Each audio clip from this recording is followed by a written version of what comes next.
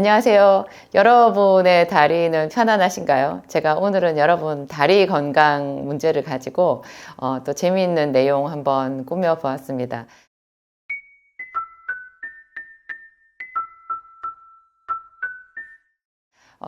주변에 흔히 보실 거예요.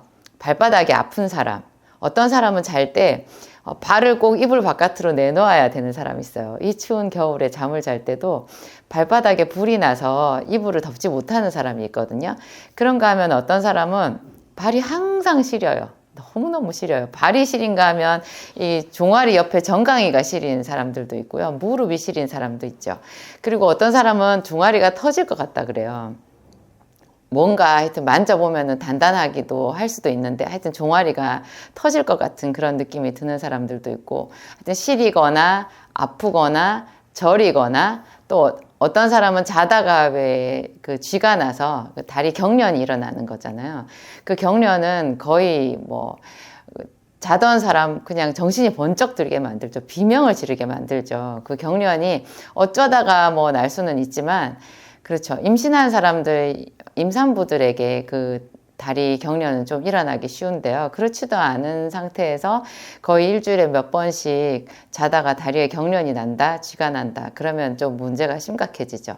그러면 이제 뭐 병원에 가면 뭐 다리가 쥐가 나는 경우에는 소염 진통제, 근육이완제, 또 심한 경우에는 뭐 통증 이런 것 때문에 이제 진통제뿐만이 아니라 신경 반응을 경감시키는 그런 약을 쓰기도 해요. 그런 약을 쓰면 좀 정신이 멍해질 수 있고 또 그 약을 쓸 때만 잠깐 효과가 있을 뿐이지 계속해서 그 증상은 원인을 잘 모르고 그냥 있어야 되는 경우도 많거든요.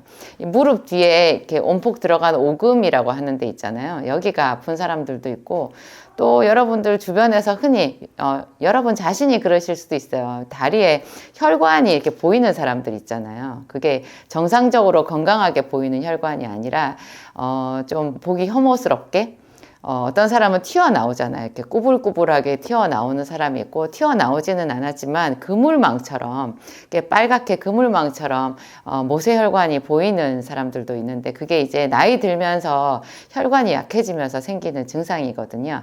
그거를 이제 저희가 흔히 하지정맥류라는 말을 하죠. 하지정맥류는 보통 이제 혈관이 튀어나왔거나 하여튼 이렇게 구불구불하게 육안으로 보이는 그런 상태를 두고 하는 말인데요. 알고 보면 그 보이지 않는 속에 있는 혈관까지도 문제가 되는 경우가 많아요. 이 하지정맥에서 피가 거꾸로 역류하는 거라고 볼 수 있거든요. 발바닥에서부터는 이제 심장에서 피가 발바닥으로 가고 나면 거기서 다시 올라오는 정맥을 타게 되잖아요.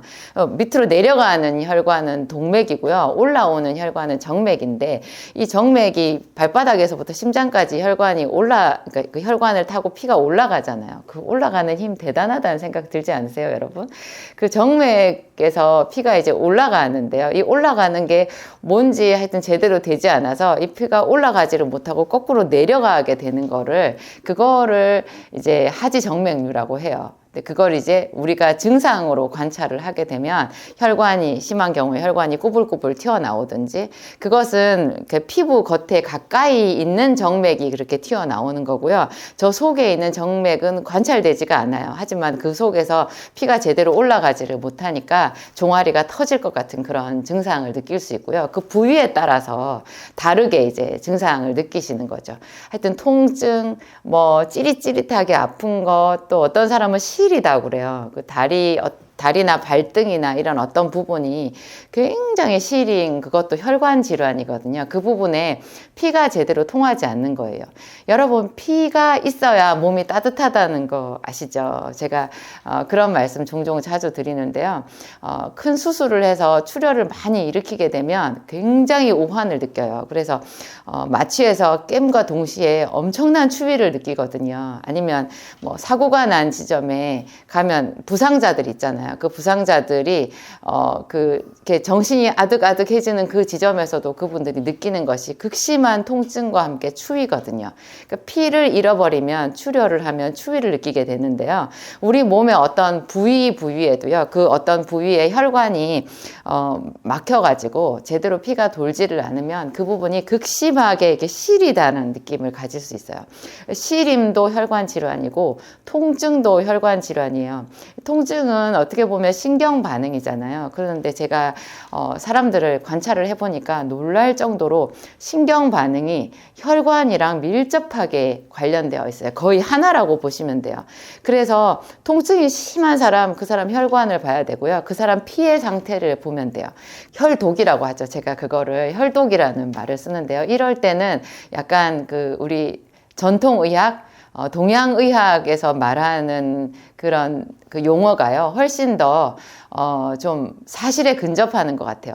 우리가 뭐 서양의학, 저도 약사로서 현대의학을 공부를 했지만, 그런 현대약학, 뭐 병리학 이런 거를 공부를 했지만, 거기서는 이런 혈관과 혈액과 신경 반응에 있는 이런 것들을요, 정확하게 설명을 잘 못해요.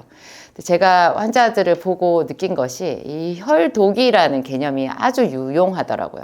피가 깨끗하지 못하고 그 피가 이상이 많잖아요. 우리 현대의학에서는 뭐 봐요? 고지혈증 검사, 콜레스테롤 검사하고 또 피떡이 많은지 혈전 검사 이런 거 하는 거 정도. 그 다음에 적혈구, 백혈구, 혈소판 수치 보는 정도로밖에 이렇게 관측을 하지를 못하는데요. 하여튼 그런 게 있어요. 우리가 육안으로도 보면 어떤 사람들 이렇게 사열 같은 거 하잖아요. 사열, 한의원에서 사열을 하든지 아니면 사열을 하는 또 그런 사람들이 있던데, 그런 분들이 피의 상태를 이렇게 보면 육안으로 보아도 피가 비정상인 사람들이 있거든요. 그런데 그것이 묵처럼 이렇게 덩어리지든지 끈적끈적 하든지 거의 시럽처럼 이렇게 피가, 혈액이 이상한 사람들도 있어요. 육안으로 보지 못하는 혈액 이상은 얼마나 더 많겠어요. 그런 혈액 이상이 있는 사람들이 이런 통증을 동반하는 예가 굉장히 많거든요. 그래서 그런 관점에서 보았을 때 이 다리와 무릎과 발바닥과 발등과 엉치 여기까지도요, 생기는 거의 모든 증상을 하지의 동맥, 하지의 정맥, 그쵸. 그리고 미세혈관 질환으로 보면 거의 맞는 거더라고요. 현대인들이 이제 다 우리가 영양 상태는 좋잖아요. 비타민이나 어떤 일부 영양소가 부족할 수는 있어도 대체로 저희가 잘 먹거든요. 잘 먹고 편안한 상태에서 이렇게 생활을 함에도 불구하고 점점 더 이렇게 만성 질환이 많고 이름 모를 통증이 많고, 그렇죠. 만성염증 이런 것들이 많이 생기는 거는 거의 다 현대인들의 피가 문제인 것 같고요. 그리고 혈관이 막힌 그 질환인 거예요. 그러니까 이 다리 질환에 있어서도 이게 하지정맥류 이런 걸로 해서 전문 병원을 찾아가가지고 그분들한테 치료를 받는다고 해도 안타깝게 여러분 참 방법이 별로 없어요. 하지정맥류 그런 거 치료할 때 보면 제가 그 방법을 이렇게 설명해 놓은 거를 보고는 깜짝 놀랐거든요. 그 혈관을 그냥 폐쇄시키고 없애버리는 그런 치료법이죠. 그 혈관을 회복시키고 재생시키는 치료법이 없어요. 그래서 참 안타까운 것 같아요. 게다가 보이지 않는 미세혈관의 문제는 어떻게 잡을 수 있겠어요? 이 발바닥에 열이 나는 것을, 그것도 이제 혈관 질환이라고 보는데요. 제가 또 한방에서 공부를 할 때는 그것을 심장열이라고도 배웠어요. 여러분, 심장에 열받은 사람들 많거든요. 심열. 이게 제가 자주 인용하는 화병이잖아요. 심열이 체질에 따라서 발바닥에 그대로 드러나는 사람들이 있어요. 그래서 심열을 치료를 하면 그 발바닥의 열감이 아주 평온하게 사라지는 경우 많은데요. 다행스러운 것은 심장이나 혈관이 한방에서는 또 어떻게 우리가 일상 용어로 말할 때도 사실 닮아 있거든요. 우리 심혈관이라는 말 쓰지 않나요? 심혈관계 질환, 그죠?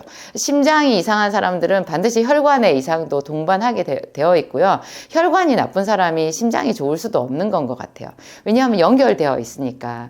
그리고 예를 들어서 나는 다리에 하지에 정맥이 문제야, 이렇게 말씀하시는 분들이요, 그분의 동맥은 안전할까요? 동맥도 정맥도 모두가 사실은 사람이 분류를 한 거죠. 결국 보면 우리 인체에 다 혈관이라는 것에서 공통적인 내용인 거예요. 공통적인 구조인 거예요. 동맥, 심장에서 나오는 혈관, 정맥, 심장으로 들어가는 혈관, 뭐 미세혈관, 어쨌든지 전부 다 모든 것이 다 혈관이면은 틀림없잖아요. 어떻게 정맥만 이상할 수가 있겠어요? 동맥만 이상할 수가 있겠어요? 1차적으로 우선 발견된 것이 동맥일 수 있는데 그분의 정맥도 이미 상당히 안 좋은 수준이라는 우리가 관측을 이렇게 예상을 해볼 수 있어요. 그래서 혈관을 좋게 하는 그런 방법이 있다고 하면 그 방법을 쓰게 되면 뭐 동맥이 나쁜 사람 동맥만 치료되겠어요? 정맥도 같이 좋아지지 않겠어요? 이 혈관을 좋게 한다라는 것을 저는 이렇게 표현하고 싶어요. 혈관의 탄력성을 회복한다. 혈관의 탄력성. 병원에서 하는 검사 중에 혈관의 탄력성을 검사해보는 항목이 있더라고요. 그 검사를 해보시고 저한테 와서 이렇게 보여주시는 분들이 있어서 제가 알게 되었는데요. 하여튼 그런 거는 참 좋은 건 것 같아요. 여러분 그런 검사도 한번 해보시고요. 어딘가 모르게 지금 제가 말씀드린 발바닥 통증이나 시림이나 뭐 부종이나 뭐 다리 정강이 어디가 시리든지 혹은 어떤 사람 뭐 무릎 관절염 같은 것도 관절염인 줄 알았는데 알고 보면 혈관 질환이신 분들 많고요. 그리고 퇴행성 관절이라고 해도 알고 보면 그분의 혈액을 좋게 했을 때 퇴행성 관절염 증상이 없어지는 것도 제가 굉장히 많이 봤거든요. 제가 관찰한 것을 많다라고 말씀드리는 거지 사실은 거의 모든 퇴행성 관절염증도 제 생각에는 혈관 혈액 질환인 것 같아요. 그래서 수술하는 거 여러분 좀 신중을 기해서 하시고요. 무릎 수술, 어깨 수술, 뭐 허리 수술 이렇게 하고 나서 옛날에 그 탄력성 좋은 이렇게 운동성을 회복했다라는 분은 제가 거의 못 봤어요. 수술한 다리다, 수술한 어깨다 해가지고 오히려 더 행동에 이렇게 제약이 생기는 것들을 흔히 보거든요. 그럴 것 같으면 뭐하러 수술하나 제가 그런 생각이 다 들 정도였어요. 오늘 제가 좀 두서없이 말씀드리긴 했지만 하여튼 여러분 쉽게 생각할 수 있는 이 다리에 쥐가 나는 것 그리고 뭐 발바닥에 열감이 나거나 발이 너무 시리거나 뭐 이렇게 종아리가 터질 것 같은 그런 통증이나 이런 것이 다 모두가 다 거의 95% 이상 혈관 질환이라는 거. 그러면 제가 이제 해결점을 또 말씀드려야 되겠죠. 해결책을. 심각하게 진행이 되신 분들은 저한테 오셔서 생기산하고 비타민 요법 하시면 되고요. 여러분들이 집에서 해보실 평소의 혈관 관리도 충분히 제가 이렇게 방법을 말씀드릴 수 있어요. 제가 늘 말씀드리는 비타민 C하고 비타민 B하고 마그네슘의 오메가3 정도만 써도요. 그 오메가3에다가 뭐 또 다른 그 혈관에 좋은 기름 있잖아요. 올리브유, 그 다음에 레시틴 이런 종류 있잖아요. 이것만 잘 쓰셔도 웬만한 혈관 질환 거의 예방 치료가 돼요. 한번 해보세요. 비타민 C는 혈관의 탄력성을 회복하는데 굉장히 좋거든요. 그리고 혈관이 꽤 많이 막혀 있는 사람들도 비타민 C 고용량 요법만 해서 혈관이 회복되는 경우도 굉장히 많고요. 저에게 오셔서 생기산을 먹는다고 해도 이것들 다 같이 쓰셔야 돼요. 저는 이제 생기산을 심각하게 혈관이 막힌 사람들한테 쓰잖아요. 이제 제일 심각한 뇌혈관 질환이나 아니면 심장혈관 질환 이런 거 있으신 분들한테 뭐 부정맥이나 이런 거 있는 사람들한테도 쓰고 있는데요. 그런 거 쓰는 사람들도 반드시 생기산뿐만 아니라 B, C, 마그네슘, 뭐 오메가3, 올리브유 같은 거는 꼭 같이 쓰시라고 제가 말씀드려요. 근데 생기산을 뭐 모든 사람들이 먹을 일은 아니고 스트레칭 꼭 하세요. 여러분 제가 아까 얼핏 말씀드렸는데 이 발바닥에 있는 피가 어떻게 심장까지 올라오느냐 이게 단지 그 정맥에 있는 판막의 힘으로만 올라올 수는 없어요. 근육의 힘이거든요. 그래서 근육을 제2의 심장이라고 말을 하는데요. 근육 관리 하셔야 돼요. 그 근육 관리가 두 가지로 나뉘는데 하나는 스트레칭이고요. 하나는 근력 운동이에요. 여러분이 두 가지를 꼭 하셔야 돼요. 스트레칭을 하면 이 스트레칭 하는 만큼 신경이 자극을 받고 혈관이 자극을 받고 근육도 자극을 받아요. 그래서 이런 건전한 자극이 이 몸의 탄력을 좋게 하면서 혈관의 상태와 혈액순환을 돕는 효과가 있거든요. 잠자기 전에 스트레칭만 해도요, 이 다리에 쥐나는 거 많이 줄일 수 있어요. 그리고 꼭 근력 운동을 하시고요. 근육을 만드는 근력 운동. 저는 웬만하면 헬스장 가셔서 그 PT 좀 받으시라고 그렇게 말씀드려요.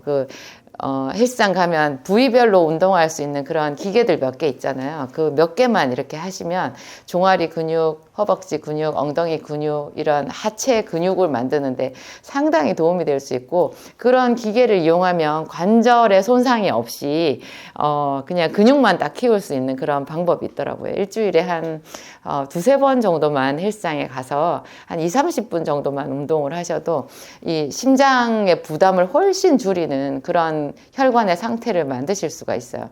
그리고 이제 제가 아까 말씀드린 비타민 C나 또 B도 꼭 드셔야 되고, 마그네슘을 먹으면 뻣뻣해진 근육을 부드럽게 하는 효과가 있고요. 이 마그네슘이 골다공증에도 상당히 도움이 되거든요. 이런 방법 동원하셔서 여러분들 혈관을 건강하게 한번 해보시기 바랍니다. 또 오메가3는 혈전을 없애고요. 오메가3가 그 심혈관계 질환의 가장 기본인 전통적으로 가장 우수한 건강기능식품이거든요. 오메가3, 오메가3를 또 잘 못 드시는 분들은 올리브유 엑스트라 버진 올리브유, 제 진약사 몰에 있거든요. 그런 거 좀 활용해 보시는 것도 아주 좋아요. 제가 두서없이 좀 말씀드리긴 했는데, 여러분들 다리의 상태를 통해서 관측해 볼 수 있는, 예측해 볼 수 있는 여러분들의 혈관, 그래서 그 혈관 질환을 미리미리 예방하시는 좋은 정보가 되었으면 좋겠습니다.